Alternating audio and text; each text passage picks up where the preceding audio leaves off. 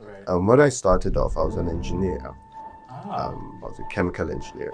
Chemical. Yeah. I had a degree in chemical engineering, worked as a process engineer in oil and gas. Nice. But deep down in my heart, I wanted to tell stories. Does Nollywood pay audience? No, not Nollywood. So my biggest revenue doesn't come from Nollywood.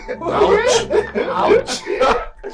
We went into that village to film, and people went berserk about this lady that I went into the village. She's a star. They went crazy. People were crying. Oh my God! I love. And I was listening, and we're filming, and I was just behind me. There were villagers just behind me, right? And they were watching. I was on my turn yet. I was waiting to get, and I was listening to them speak. And I'm like, I miss this girl. I love this girl. If I can just touch her, if I can just. And I'm like, oh my God.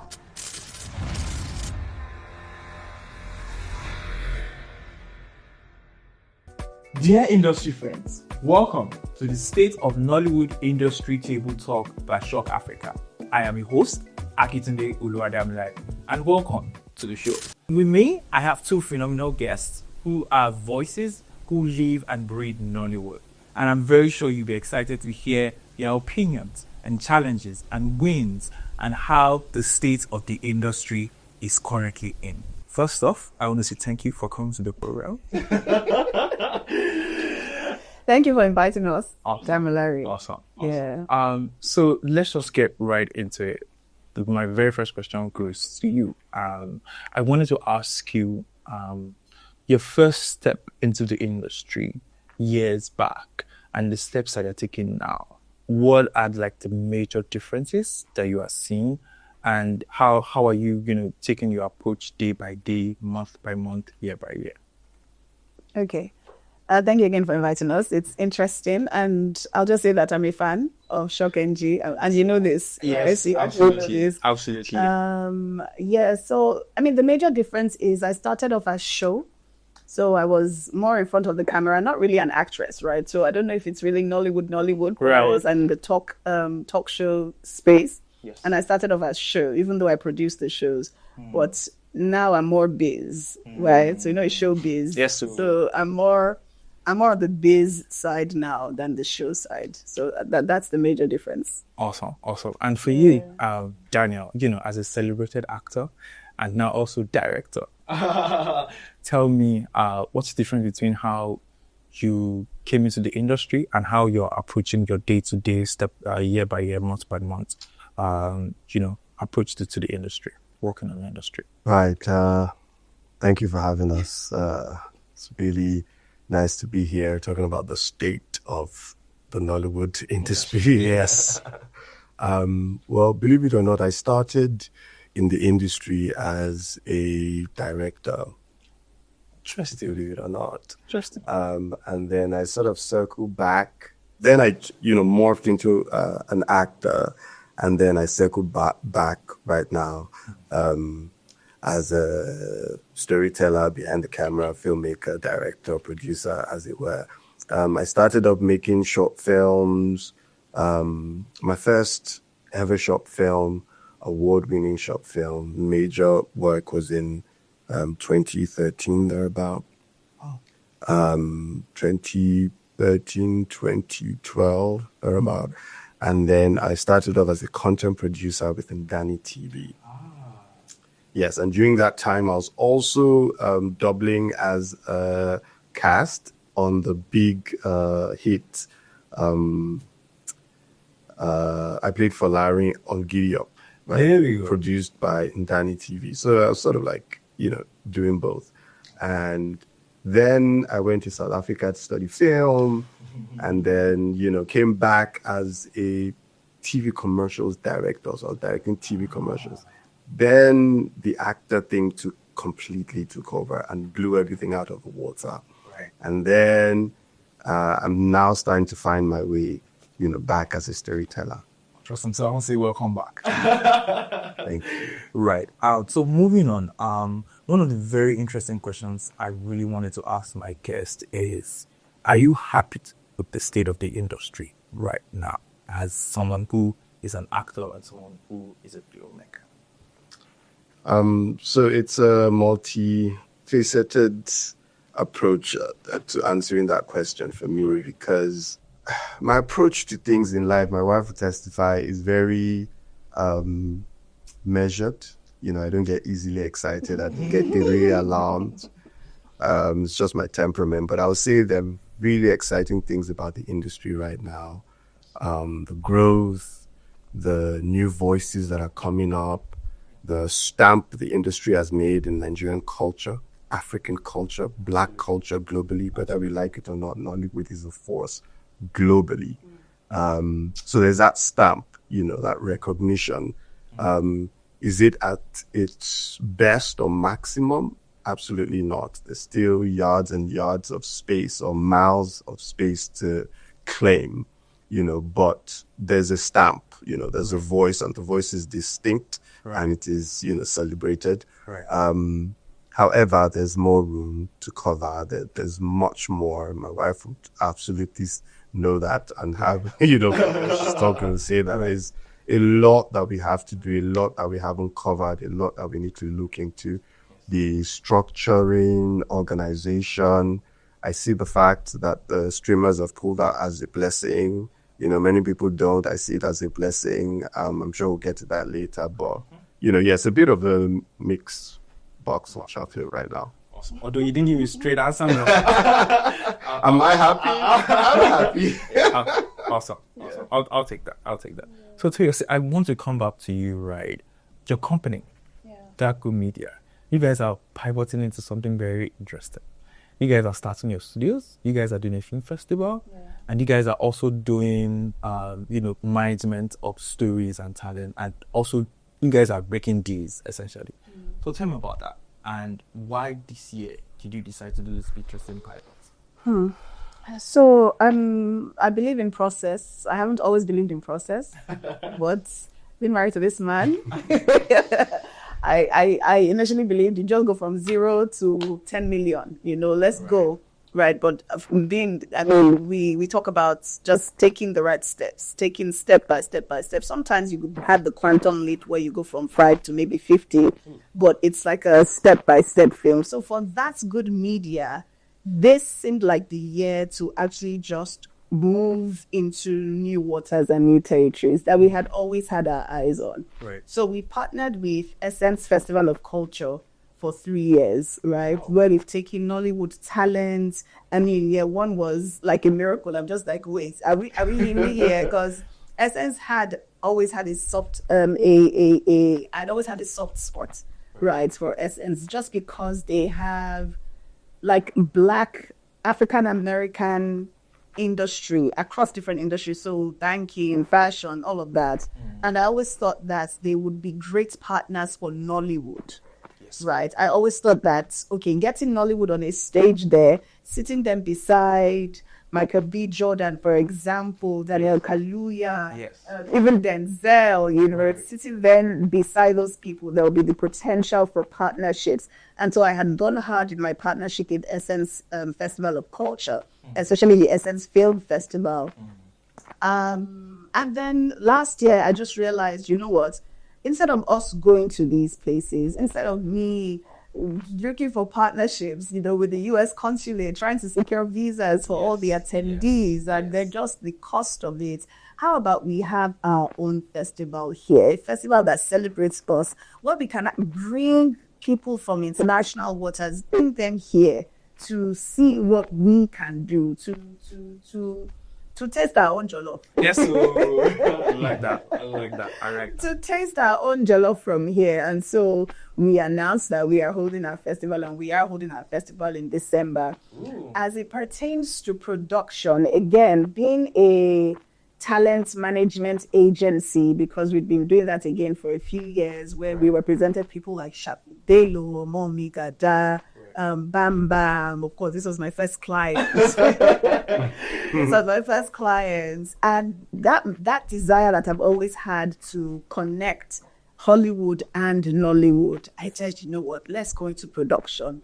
Our niche would be international stories, international collaborations. And we're on it. We're on the process. We're in the process of the journey, and you would hear more. Shock Engine is one of the first to receive our press release during this time. Awesome. Looking forward. And well done. Again, I like that word process because it feels like sometimes you just want to get into the industry and Blow. and get into this. I wanted to speak to you in terms of the business side of acting, right? For you, right, what are some of like the major things that you seek out in a production before you sign that contract? So you know what, I want to be part of this production. Great question. And I'm in a different space right now, to be honest. When I started, I would look forward to the great stories. First of all, that's the first thing for me. The story has to be something I care about. Has to be something that mattered to me. Right. Then I would quickly run through the other partners on this project. First of all, the other cast members, who are the people I'm going to be acting side by side with. Yeah. Who's directing, who's the cinematographer, these things, really, the team behind the camera and in front of the camera, as they put the film on a pedestal, on a platform that makes me go, that's the project I want to be on. That's something I would want to, And then thirdly, maybe lastly, and very importantly, are they able to afford me? Yes. Are they able to pay me what I wanted to earn? And I would say when I started, these three factors had different percentages to make up my willingness to be on the project. Right. And then as I grew, they sort of like the percentages sort of like drifted and shuffled. Story is still important to me, but also very importantly right now in this phase of life I'm in is, are you able to afford me? More than anything else, really. And maybe I am now going as a storyteller myself and someone who is drifting to behind the camera right now. Maybe I'm also seeing more and more the value of collaborations, the value of partnerships. So now what I'm putting forward more is, even if you're not able to afford me, are you able to give me stakes? Are there, back-end deals I'm able to, we can agree and sign off on and get me as a partner more of a partner in this project instead of just paying me a one-off and have me go active, are we able to co-produce this thing together? Is there a story I am that passionate about? And, So that's where I am at the moment. Interesting. And also in terms of the business of acting, right? Now that you're shifting towards a director and producer as well, right? How does the reverse of that go whenever you're putting a team together? Right? Go ahead.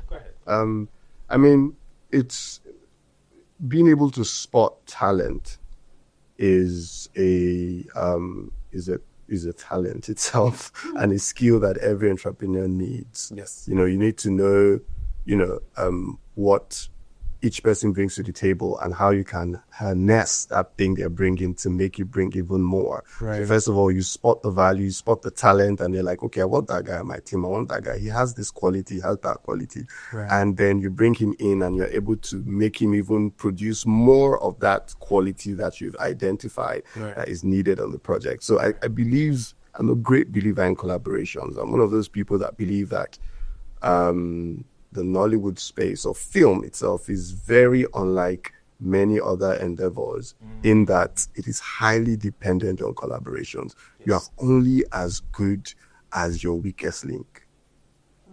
Do you get? So you make a film, if your sound guy is bad, everybody will relate to that. I mean, people that are really sincere, like really sincere people, when they engage with your film, that bad sound will always be like, will always bring them back. And what we sell is make-believe, right? Yes. And you are trying to make people suspend disbelief and get into your world. Yes. What happens is when you have a bad element in that world that you've created, it keeps bringing them out of it. Keeps the suspension. Yes, it keeps bringing them out of it, and So for me, it's more than just, how much are you able to pay me or how much am I able to pay you. It's how can we come together with the best of what we have to tell the best stories and represent us in the best light possible. So it's just a matter of, gathering. It's like the Avengers. Gather your superheroes together and let's do great stuff together. Amazing. Awesome. So my next question to Toyosi is, a very simple question that I asked people who work in the industry. And it's, where is the most of your revenue coming from as someone who is a creative entrepreneur and, has a business to run, a family to feed, and also a lifestyle to upkeep? So, does Nollywood pay your bills? No, not Nollywood. So my biggest revenue doesn't come from Nollywood. Ouch.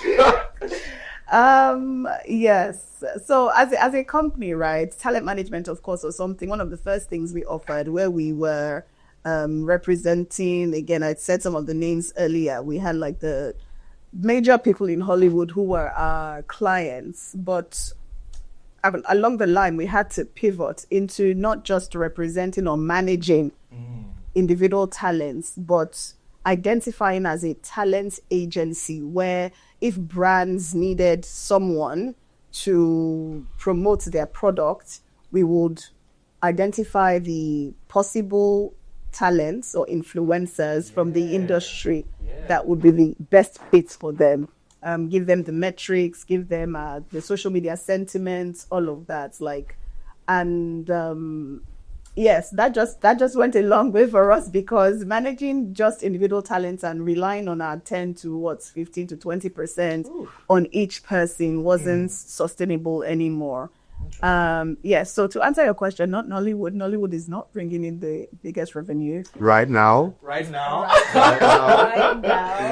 right now, but we have a PR division in the company. So we've gone out into PR as well, and we've done PR for some movies, right? We've done PR for some brands. We've done PR for companies. Yes. And I would say that's where So PR brings in the cool cash right now. PR is bringing in the cool cash, yes. Awesome. Yeah. So I want to come back to Daniel and ask about the identity of an actor and the identity of somebody who works in an industry that is striving to become great. For you right now, what is an identity that you are looking to claim or that you have right now, but you want to be identified as in the next coming years? Wow. That's such a Personal. well, yeah, and it's so so complex, to attempt to answer. But immediately it comes to me that, and I'll be long-winded about this one if you permit me. Right. When I started off, I was an engineer. I was a chemical engineer. Chemical. Yeah. I had a degree in chemical engineering, worked as a process engineer in oil and gas. Nice. But deep down in my heart, I wanted to tell stories because I felt that I was about inspiring people, that there was more value to my life when I inspired people. I would give more value back, by inspiring people rather than either solving, technological problems or, making money, as it were. In my young mind, I firmly believed that my life was about inspiring people. Yes. And then I quit engineering, quit all of that. I was a bit of an art rascal in the day. So I just wanted to be that person who would just be on stage or, tell stories and inspire millions of people. Has that changed about me? No. I still want to be identified as that person who would tell stories, be it through films, be it through even music, stage, acting. Yes. And be that person that would inspire millions of people across the world to, one, see themselves better than they see themselves right now. Right. See life a bit differently, see life a bit deeper, a bit layered. Because life is layered. There's more to life but the problem is we get so carried away with bread and butter that we don't see that there's more to life than meets the eye. That's what I want to do. I want to maybe shock people, maybe inspire people, maybe shift their gaze and just be that person that every time you encounter me, every time I engage with you, I leave you with something more than just a laugh and a scream and a giggle. I leave you thinking that there's more to me, there's more to life than meets the eye. That's deep. In terms of how the industry is right now, what do you think producers and distributors and film financiers are not getting right at this moment in time, and is affecting the whole industry and even affecting the talents that you manage? So I will answer that question in a different way, maybe not directly. Right. But I think there's a market that has not been looked into yet. I think there is just grounds to cover again that nobody is looking at or nobody has identified. I personally think one of the major solutions to the challenges in this industry is international collaboration. There we go. I really believe that producers, financiers, the talents should be looking outwards, right? Yes, there are people who are telling Nigerian stories or African stories for a global audience, Right. but I truly think that there should be collaborations with other industries. And a few people have tried, right? There are people who have done the Nigerian-Indian collaboration. Yes. There are people who have done, of course, Nigeria and Ghana, Nigeria and South Africa. Pan-African Like the collaboration. Pan-African collaboration. I remember Plan D, right? Plan D. Oh my God. Yes. Plan D was, I wouldn't call it a breakout role for Daniel, but it sort of opened him up to the international market, the Pan-African market. Right. And so I think producers, all these people you have mentioned, need to look outside. It's more expensive, Will, which is probably why majority of them are just like, let's stay contained. Because it still feels very contained. It still feels very, let's tell our Nigerian stories for ourselves. Those that want to watch it internationally can watch it internationally, and that's fine. But it doesn't feel like, what, we want to gain the American market as well. We want to gain the European or the British market as well, even the Middle Eastern market. It doesn't feel like anybody is looking at the opportunities there where you can now get your movie in theaters in the United States and it is filled because people recognize faces. Yes. So we take our own films there and sometimes they do well. That well is relative, to us, they do well. By the time we're converting, this one did 50,000. By the time we're converting that, it's like, okay, it's great. But they understand the culture of theater. They understand culture of going to the cinema internationally.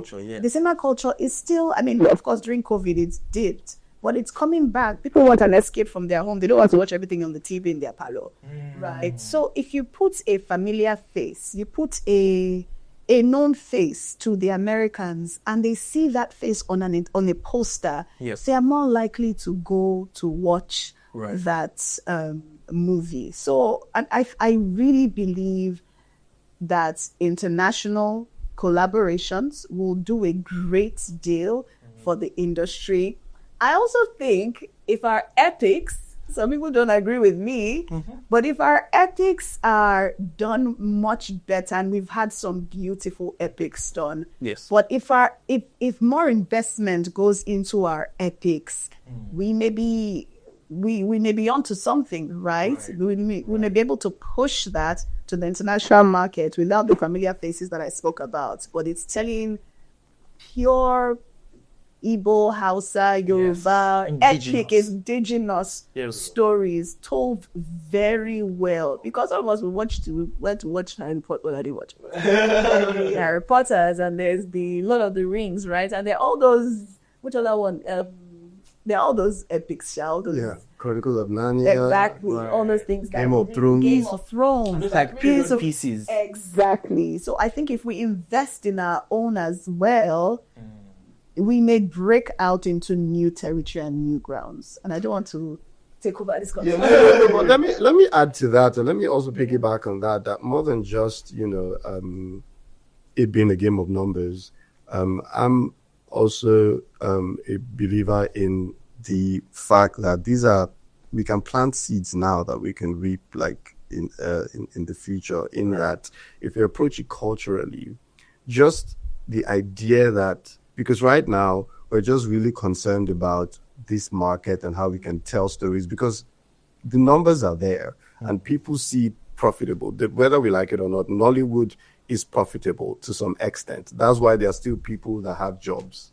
That's why they are still making films that we all complain about, but people are still making films. My calendar is choked. I'm begging people that please, I need time to rest. But people are still, it means it's profitable, right? People are still making money. That's why they're doing it. If they weren't making money, they won't be doing it. But more than just the money, it's also about the culture, right? And the fact that today, if we invest in culture today, we'll see the benefit. Like, we might not see it in numbers today, immediately, but in the future, we start to see it. And the impact of the Nigerian culture on other cultures is something that needs to be explored. Yes, it will be profitable to do international collaborations, but how about what our culture does when it engages with other cultures? Nigeria, Kenyan engagement, Nigeria, South African engagement, Nigeria, American engagement. It happens, but are we telling those stories? When people come for Dirty December, people abroad, when they come do they just go back? No, they go back with something. Some go back with memories of Nigeria. Some go back with something in their tummy. It's interesting, so how about telling that story? White girl comes to Nigeria for Dirty December, goes back, she's pregnant and gives back to a black baby or a mixed race baby in America. What happens to that? These are all like impact. What I mean by something in their tummy?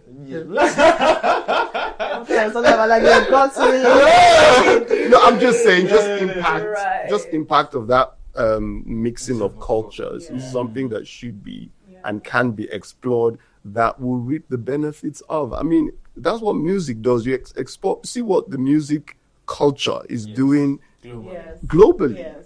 That's that mixing of just Afrobeat with every other genre. How about doing that for film, for the culture? Awesome. So there was something you touched on, right? In terms of value and in terms of choosing projects and in terms of what's the core focus. Is it the story? Is it the team? Is it the quantity? I think I have noticed, right? It's been a while you've done TV. I wanted to ask why. To be honest, TV has a very limited budget. And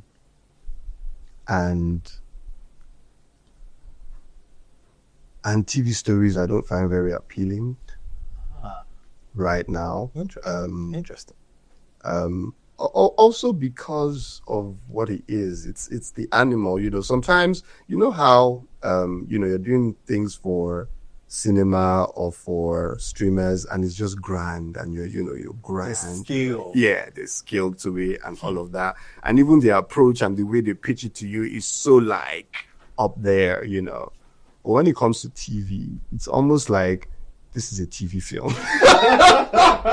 And the first thing they tell you is that, this is TV. And that is synonymous with, like, there's no money. So there's a saying that an actor needs to break into all forms of distribution to be able to gain more mass market in terms of your commerciability as an actor. You haven't done TV for a while. And you're only doing cinema projects. Or you're only doing streaming projects. Well, I'm compensating with YouTube. I'm doing a lot of YouTube. So I know that's the end of the question, but let me just chip in here Go ahead. I try to balance things out, right? So as I'm doing cinema and streaming, I'm also trying to balance it with mass markets because you need mass markets. As an actor, your brand needs mass markets. So I'm also balancing out. I see her thinking already, but the kind of my brand would like also to have a deep into the mass market, and that's what I've tried to do for the last maybe 2-3 years. Is deep into the mass market through YouTube. Yes. I'll tell you a quick story. I went to Abuja to film, and I was filming with a young actress, and she had met me and she had been trying to get me on a film for many, many months. And I was just like, who's this? Please. Someone else that she knew, that knew me, reached out to me and said, listen to this girl. And I listened to her. And she got me on her film. Went to Abuja. We went into a village in Abuja to film. Let me tell you what happened. We went into that village to film, and people went berserk about this lady that I went into the village. She's a star. They went crazy. People were crying. Oh my God! And I was listening, and we're filming, and I was just behind me. There were villagers just behind me, right? And they were watching. I was on my turn yet. I was waiting to get into, and I was listening to them speak, and I'm like, I love this girl. I love this girl. If I can just touch her, and I'm like, oh my God. We sit in Lagos here in a bubble sometimes, and we don't know the impact of our work and sometimes our brands. Like you stay here and you're like, and yes, you can decide on what you want for your brand. But for me personally, there are people that I'd like to reach. And if I don't get off my high horse, if I don't get out of this bubble, I won't be able to reach them. So it just occurred to me that, Daniel, you need to reach these people. See people you need to reach. Yes. You sit in Lagos or you sit in Lekki and you feel like you have reach. Get out of there and reach people for real. So that's maybe a lesson for me to think about, and for the madam here to think about, because she's very, she handles my brand very seriously. She has ideas. You want to jump or not? No, I think it's a personal decision. You have to decide if you really want to be, like you put it, on all the distribution channels. I think that's it. I don't think that is the mark of the successful actor. Interesting. I don't think that is the mark of the successful actor. But again, you also have to ask and decide what success is to you. True. So success to this man right here is reaching everybody. Right. He wants to touch lives and he wants to reach people. Success to somebody else may be, I want to make enough money to produce my own films at the standard that I want. Absolutely. Because I have just been managing all the other standards that have come my way in the industry. That may be success to that person. And that person may say, you know what, I'm focusing only on the global streamers. Yes. Well, now they've gone shut ouch. Now, well, at the end of not God, they say but now they're not as present. Let's put it that way. So for someone like that, now that person has to decide what success is. Success to somebody else may be the international market. And it's like, you know what, I only want to focus on Pan-African productions or international production. In fact, I'm going to acting school in London so that they can discover me like they discovered Job Boyega and these guys. So I think every actor needs to sit with themselves, sit with their team and ask, what is success to me? When I'm 80, when I'm 90, and I look back, this is true. Would I have been successful by my own standards or by the metrics that we put together? So that whole distribution channel, personal. I think it's personal. I want to absorb that more. I wanted to actually another, a pivoting question in terms of the male star.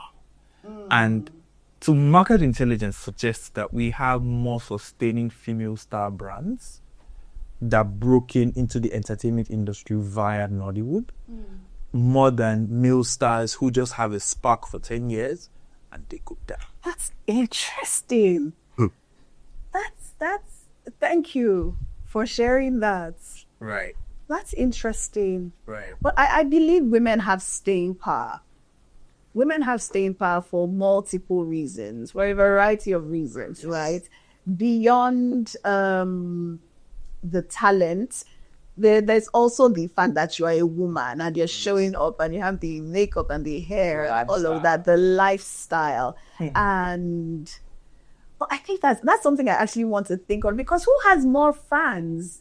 Would we say? Because I think the male star gathers more fans, but I disagree. I think the female star has more fans. And it's like what you said, there's more to the woman than just the craft. For the man, is the craft. Right? Is the craft. Hang on. I hear you.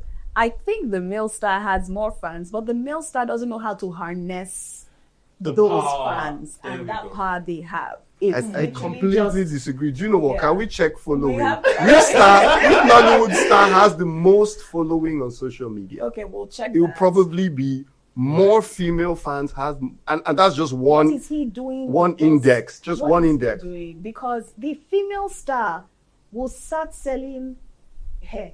Exactly. You see. Merch. Well, they'll go into something else, and then they retain that fandom. They retain those people because they've now. But the male star. That answers my question. That there's more to the woman. There's more to the woman than the man. The man is just your craft that you're selling. And maybe if you are good looking, maybe you can add maybe fashion or modeling to that. But the woman, I believe that. It's arguable that women are used to multitasking. There's this thing to the woman that there are several facets to her. Her brain is complex. You're handling so many things at the same time. Fashion, home, business, looks, the craft, all sorts of things which can be turned into a business like this for the woman, right? Or for the man is how can I make money from this craft, or how can I do business on the side and all that. That's why they need managers. When I talk about talent management in this industry, I don't know that the industry still gets the importance of talent management. But let's leave it. Awesome. Let's leave it. So one of the interesting commerciability of talents that I study, which I think we don't necessarily have, is something they call power couple. When in entertainment industry, we want to bring your husband to a show, but we would like for your wife to attend. And then, so we're not looking at the commercialness of not just a single talent, but the household. Look at the Kardashians. Although that's not like a power couple, but there's multiple talents you can, how do I put it now? You can bring the value out of. Is that something you guys are thinking about? She's the brain behind it. So let her answer it. I think it's something we became aware of maybe last year. Was it last year? I don't think so. This woman has been on this thing since we got married. Let me tell you. We've been on your brand. No, just let me tell you.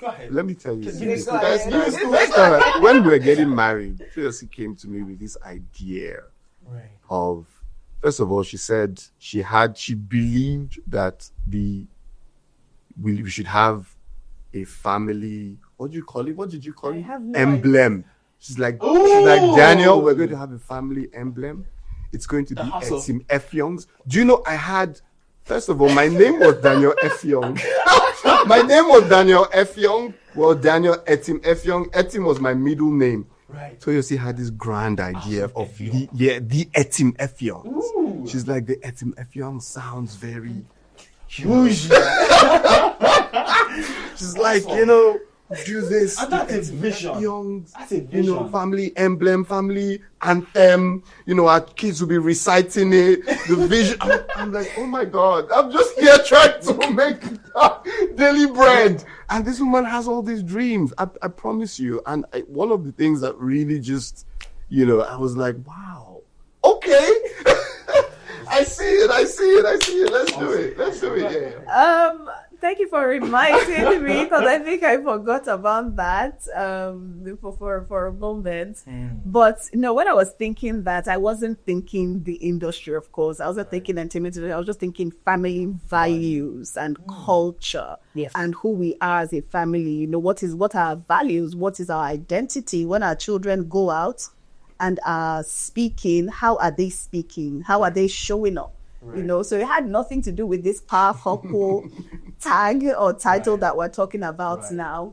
But it's about branding, right? Yes, it's about branding. Yes. It may be personal at the time, but it translates. Well, go ahead. Yes, but as it pertains to business, I think it was from last year or so that I was like, because I was doing my own thing, he was doing his own thing, and I started to think, because that's what we're here for. Yes, awesome. I started to think, what if we bring the power of both brands together to create something? What if we unify our power, as it were, to create something? What would that look like? So, I mean, we're not there yet. We have our talk show, the Transparent Talk Show, which was built from something else. But I'll tell you, it was built from the dragging. I was like, since you want to drag, I'll give you a reason to drag. Right. But yes, in terms of just harnessing our individual powers and all of that, it's a work in progress, and we're looking to God for direction. Awesome. So one thing I want to do is also document. Like in the next 5 years, we'll come back to this episode and we'll review the brand of the power couple. Next up. Let's start our grading. So we have cards right in front of you, from 0 to 5. I'm going to start. How do you want to rank the industry in terms of infrastructure and production quality? Let me see. Daniel, pick a card. Infrastructure and production quality. 0 being the least, and 5. You're scared of it. And 5 being the highest. So ranking the industry in terms of production and infrastructure. Production. So like equipment, studio, technical resources. 2. Tell me why 2. And I'm rating it against global standards here. I mean, if you rate it against our past, I'll probably give it a much higher number. But I mean, we've become a global village. Our standards and values should be compared to anything global. Have we seen any international production who have come here to say, you know what, let's tell this. Why are all of them going to South Africa? Why are all of them going to Morocco or even Egypt? Why are they not coming here? They've come and they've examined it and seen that we're not up to scratch. We're not able to support the scale of their dreams, so that those are the challenges. We're not there yet. Have we made leaps and strides? Yes, we have, but we're not there yet. Awesome. Thank you so much. To Toyosi, how would you rate the industry in terms of talent pool and creative development? How long do we take our time to make a proper film, and how does the industry grade towards that? Well, talent pool and that's creative development are two different things. So we're combining them together. So as a judge, we rush out. I'll give it a 2 as well. Oops. I'll give it a 2 as well. We'll say something. I wanted to make a point there. Yes, we don't take our time to develop our stories, and we know why. Do you understand? We know why. Let's not act like we don't know why. For projects that had solid funding, they took their time. Amazing. They took more time than normal. But now it's like the person that had the idea just creates a script. In fact, sometimes on sets, you're still scripting. You're helping. The actor is helping the writer to edit the script and be saying, no, this art. No, the error here. Let's say it like this. Development. I'll even probably give it less, but let's take it. Yeah, too much. I want to come back to Daniel and talk about funding and investment. So now,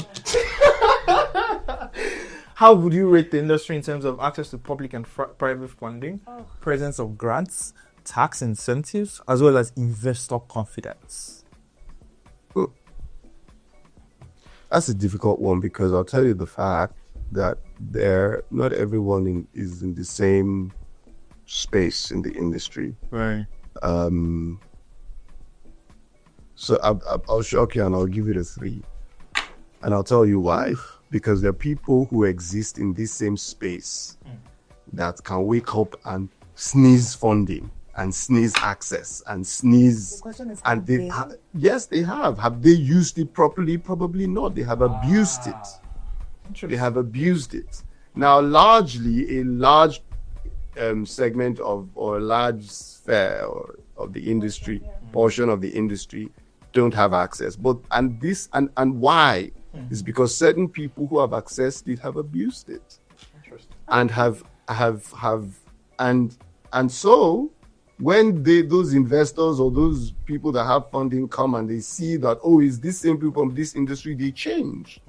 So have we been able to access it in the past? Yes. Have we done well with it? Probably not. And that would affect the future and those people who are looking for funding today. So, and again, because I don't want to be so negative, because if we do this really, like, we'll just be sad and we'll just be very negative to the industry. So let's try and push it and see it as objectively as we can. Have people access funding in the past? Right. Yes. Easily for some people, yes. Have they done well with it? Probably not. I'll stick to my 3. How? There are people who are So you able think to you should be access lower? it easily. I want to see your score. Pick a card and table. Absolutely. I think Pick a score. Go ahead. Go for it. Pick a score. I think access to Public and private funding. Ooh. probably Ooh. to the General general masses, to the producers. Woo. If you are saying it's just accessible to a few people, guy, no. Have you seen those press? Have you seen those press photo ops and things where you see people from the industry shaking hands with the powers that be and being? What do you think they go to do there? How? Has every administration made available funding for the industry in one form or the other? Daniel, we're talking about private And and public. Yeah. The industry is not trusted by financiers. Why? Just yet. Why? It's not been why now. It's why it begins to be. Because those who have accessed it have abused it. But that's not. But you're contradicting yourself with that score. Am I?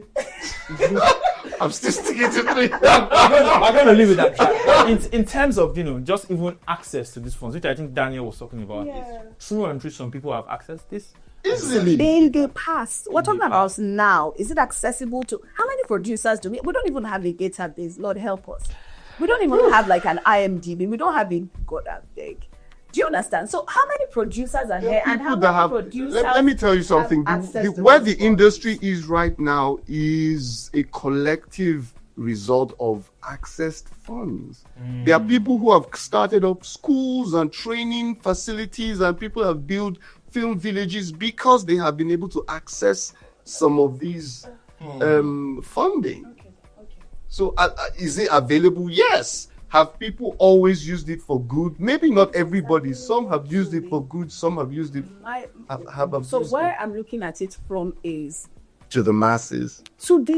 if we look at what the percentage of the percentage of not how many people within this large pool of producers Have had been able to access funds. to these funds. Do you understand? It feels like it's a select few. And the select few have done well. Do you understand? But the question Some have done well, some haven't. Okay. But the question is, does the industry, can anybody, in Canada, for example, they have their film thing. When I went for TIFF and they were talking to us all of that. Even in America, different states have their own film boards. So we met with the New Orleans mayor, the mayor's office, and they taught us about everything that was available. And it's accessible and available to everybody as long as you have your books in order. But here you have everything in order and it's still long. Do you understand? That's the reason for my own low score. But I mean, it is what it is. Awesome. Thank you so much. This has been such an interesting episode. Thank you so much for watching this episode. My name is Akintunde Damilare. Please like, follow, and share this episode if you feel awesome to your industry friends. And we will see you guys in the next episode. Bye-bye. Bye.